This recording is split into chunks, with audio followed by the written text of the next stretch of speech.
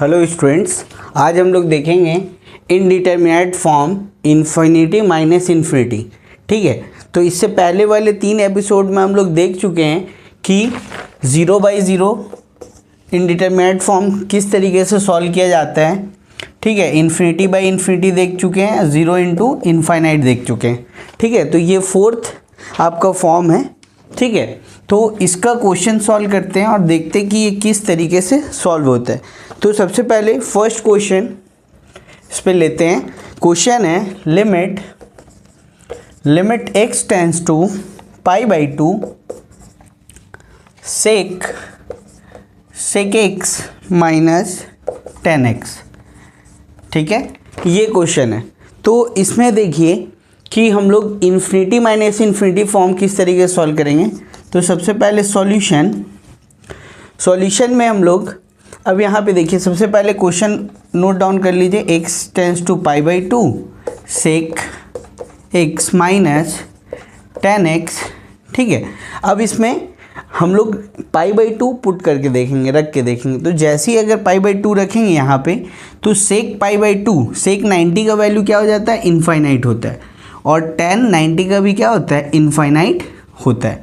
तो यहाँ से हम लोग directly infinite minus infinite form मिल जाएगा। ठीक है, उसके बाद हम लोग इसको बदल सकते हैं। Limit x tends to π/2 1 upon, यहाँ पे क्या हो जाएगा, सेक का क्या हो जाएगा, 1/cos x। 10 को हम लोग बदल देंगे sin x/cos x में। ठीक है, अब ये इसको क्रॉस मल्टीप्लाई कर देंगे तो क्या हो जाएगा, limit x tends to π/2 cross multiply करेंगे, एलसीएम निकलेगा तो एलसीएम क्या आएगा, cos x। यहाँ पे आ जाएगा, सॉल्व करेंगे तो 1 माइनस क्या आ जाएगा, sin x आ जाएगा। अब फिर से यहाँ पे वैल्यू रख के देखेंगे तो sin 90 जैसे ही π/2 रखेंगे वहाँ हो जाएगा 90। sin 90 का वैल्यू 1 होता है, 1 माइनस 1 0, और cos 90 का वैल्यू 0 होता है। तो यहाँ पे क्या हो गया, 0/0 फॉर्म क्रिएट हो गया। जैसे ही 0/0 फॉर्म क्रिएट होगा वैसे ही हम लोग क्या करते हैं, इंडिविजुअली डिफ्रेंशिएट करते हैं इसको। तो इसको डिफ्रेंशिएट करेंगे, लिमिट x टेंस टू π/2, इसको डिफ्रेंशिएट करेंगे, 1 का डिफ्रेंशिएशन 0 हो जाएगा। sin x का डिफ्रेंशिएशन क्या होता है, cos x होता है, और cos x का डिफ्रेंशिएशन माइनस sin x होता है। ठीक है, तो इसको सॉल्व करके ये 0 का तो कोई मतलब नहीं, मिटा सकते हैं। अब यहाँ पे डायरेक्टली हम लोग ये माइनस साइन कट कर देंगे। ठीक है, तो क्या हो जाएगा, cos बाई साइन कॉट होगा। यहाँ पे हम लोग डायरेक्टली वैल्यू भी रख के देख सकते हैं। अब इस पे वैल्यू अगर रखें तो यहाँ पे cos 90 0 हो जाएगा और sin 90 1, तो इसका फाइनल आंसर क्या आएगा, 0 आएगा।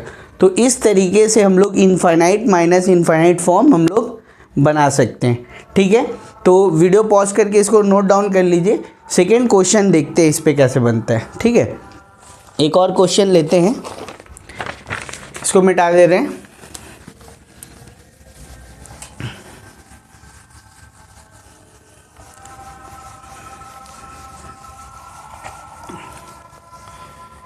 क्वेश्चन 2 इस पे है कि second question, limit x tends to 0 1 upon e⁻x minus 1 minus 1/x। ठीक है, अब ये क्वेश्चन है।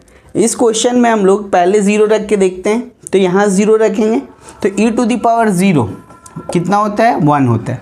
1 माइनस 1 0, 1/0 क्या होता है, इनफाइनाइट होता है, 1/0 इनफाइनाइट, और यहाँ पे भी 0 रखेंगे तो इनफाइनाइट। तो ये कंडीशन जो बनेगी वो क्या होगी, इनफाइनाइट माइनस इनफाइनाइट आ जाएगी। ठीक है, उसके बाद अब हम लोग क्या करेंगे, इस कंडीशन में पहले थोड़ा सॉल्व कर लेंगे इसको।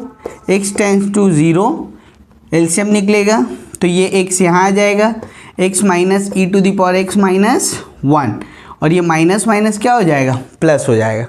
ठीक है, डिवाइड बाई इसका इससे मल्टीप्लाई हो जाएगा डायरेक्टली, तो x इंटू e⁻x माइनस क्या आ जाएगा, 1 आ जाएगा। ठीक है, अब इसको क्या करेंगे, फिर आप रख के देख सकते हैं। जैसे ही रखें यहाँ 0 हो गया, यहाँ पे क्या हो जाएगा, e⁻0 1, तो यहाँ पे 0 हो गया, यहाँ 1 माइनस 1 0, तो यहाँ पे 0 आ जाएगा ऊपर में, यहाँ पे 0 इंटू समथिंग 0, तो 0/0 आ गया।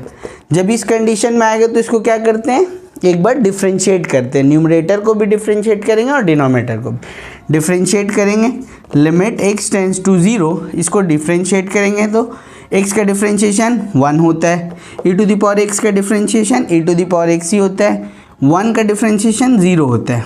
ठीक है, अब इसको करेंगे तो इसको आप चाहें तो मल्टीप्लाई करके भी कर सकते हैं। ठीक है, तो इसको मल्टीप्लाई करके x e⁻x माइनस x ऐसा लिख सकते हैं।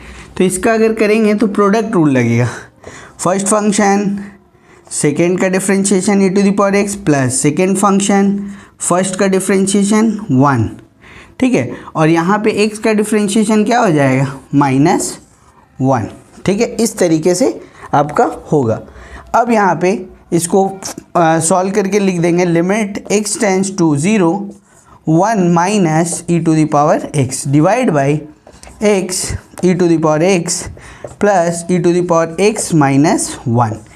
अब वापस से आप रख के देखिए, e⁻0 1, 1 माइनस 1 0, यहाँ रखेंगे तो यहाँ पे 0 इंटू समथिंग 0, e⁻x 1, 1 माइनस 1 0, फिर 0/0 आ गया फॉर्म।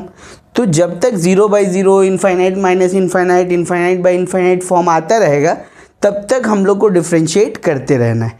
ठीक है, इसके आगे करते हैं, इस साइड करते हैं, यहाँ पे इसको एक बार और डिफ्रेंशिएट करना पड़ेगा। Limit x tends to 0, differentiate करेंगे कांस्टेंट का डिफ्रेंशिएशन 0, e⁻x का e⁻x ही होगा डिवाइड बाई, इसका फिर से करेंगे तो फर्स्ट फंक्शन सेकेंड का डेरिवेटिव, सेकेंड फंक्शन फर्स्ट का डेरिवेटिव 1, e⁻x का डेरिवेटिव e⁻x और 1 का 0। ठीक है, तो इतना आ गया। अब फिर लिमिट लगाएंगे तो e⁻0 1, तो ऊपर में क्या आ जाएगा, -1 आएगा। यहाँ पे लिमिट लगाएंगे डिवाइड बाई, देखिए e⁻x 2x है तो यहाँ 0 इंटू समथिंग 0, e⁻x 1 और यहाँ पे e⁻x 1।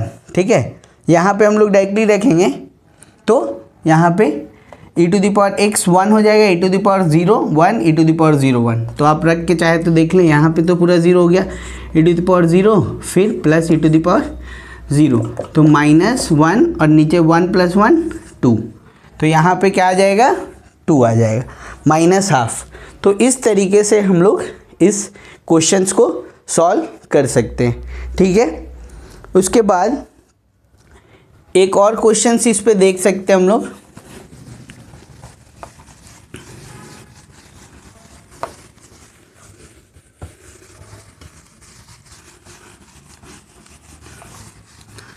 Question number 3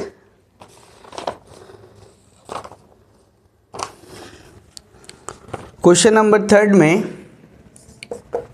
question number 3 जो है, limit x tends to 0 cosec x minus cot x। ठीक है, ये है, तो ये पहले ही जैसा क्वेश्चन है, तो इसको आप लोग क्या कीजिएगा, होमवर्क कीजिएगा, मतलब इसको आप सॉल्व करके कमेंट में इसका आंसर बताइए।